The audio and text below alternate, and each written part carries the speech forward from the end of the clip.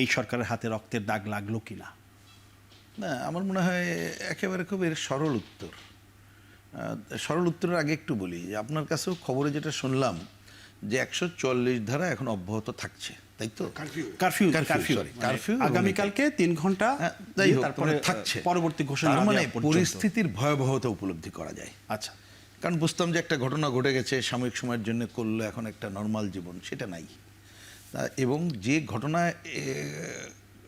কি বলে যেটা ঘটলো, তা নিঃসন্দেহে যে হত্যাকাণ্ড সংগঠিত হয়েছে, এই হত্যার দায় অ্যাবসলিউটলি অন্তর্বর্তীকালীন সরকারকে নিতে হবে।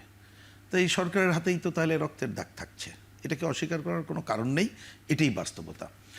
আমি বরঞ্চ জিনিসটাকে এইভাবে দেখতে চাই যে কি ঘটেছে ঘটনা বলি দুইজনে যেটা বলেছেন, এখানে তো দ্বিমতের কিছু নাই, কারণ এটা ঘটনা বলি দেখলেও সেটা বোঝা যায়। প্রশ্নটা বরঞ্চ এটা খোঁজা দরকার, সরকার কি চান, কি চেয়েছিলেন এবং ভবিষ্যতে আবার কি চান, চাইবেন। মানে আমি আগেটাও বলেছি একটা মিনিমাম, যেটা আপনি এখানে মনে করিয়ে দিলেন। আমরা সবাই জানি যে এই সরকার এসে বলেছিল যে না, আর কোনো গুলি করা চলবে না। আমাদের সেনাবাহিনী এর আগে করলেন না, তাই না? এবং আমরা যে পরিবেশ দেখলাম যে সেনাবাহিনী বা মানে এদের উপরে যে আক্রমণ করছে সেরকম তো দেখলাম না। হ্যাঁ, একটা ঠিকই যে প্রথমে যে গাড়িটা পোড়ানো হলো সেটা পুড়িয়েছে এরা, এবং ছাত্রলীগ নামধারীরাই বলবো, আমরা তো আর জানি না, যেটা তারা পুড়িয়েছে সেটা অপরাধ করেছে, মঞ্চ ভেঙেছে সেটা অপরাধ করেছে। কিন্তু এর ফল তো এটা হইতে পারে না যে আপনি গুলি করে মানুষ হত্যা করবেন, এটাই।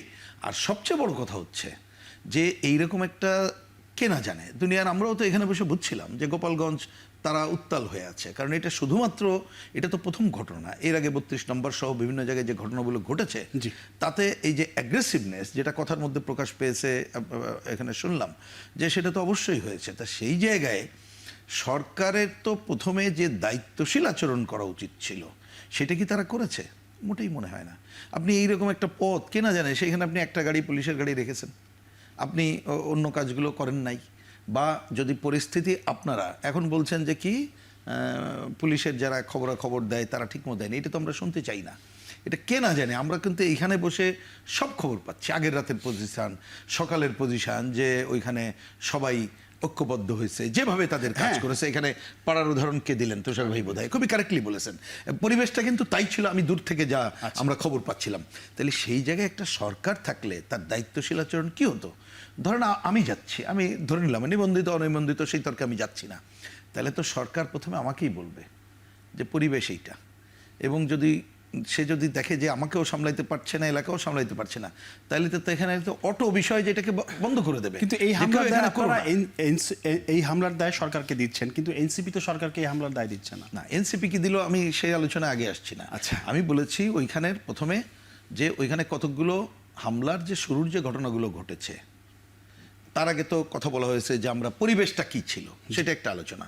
সেই জায়গায় আমরা দেখতে পেলাম যে সেইখানে ওইখানকার যে সংগঠন ছাত্রলীগ বন্যদের, তারা হামলার সূচনা করেছে। এটা নিয়ে কোনো আমার মনে হয় দ্বিধাদ্বন্দ্বের কোনো সুযোগ নেই, তথ্য তাই বলছে।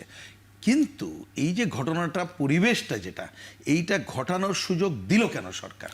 প্রশ্নটা হচ্ছে তাহলে সরকার কি এখন যে পরিবেশ পরিস্থিতিগুলো, আপনি দেখেন রাজনৈতিক দলগুলোর যে ঐক্যমত্যের কথা, আমি অন্য তর্ক বাদ দিয়েই বলি যে অন্ততপক্ষে গণ অভ্যুত্থানের পরে যে আমরা একটা ঐক্যমত্য একটা ভালো নির্বাচনের দিকে যাব, নির্বাচিত সরকারের কাছে ক্ষমতা হস্তান্তরের দিকে যাইব, যদি সেই সুনির্দিষ্ট লক্ষ্য ঠিক মতো সরকার চায়, আমি আগেই বলছি, বা এখনও চাচ্ছেন বা আগামীতে চাইবেন, তাহলে এই ধরনের কোনো ঘটনার সুযোগ তো করার কথা না।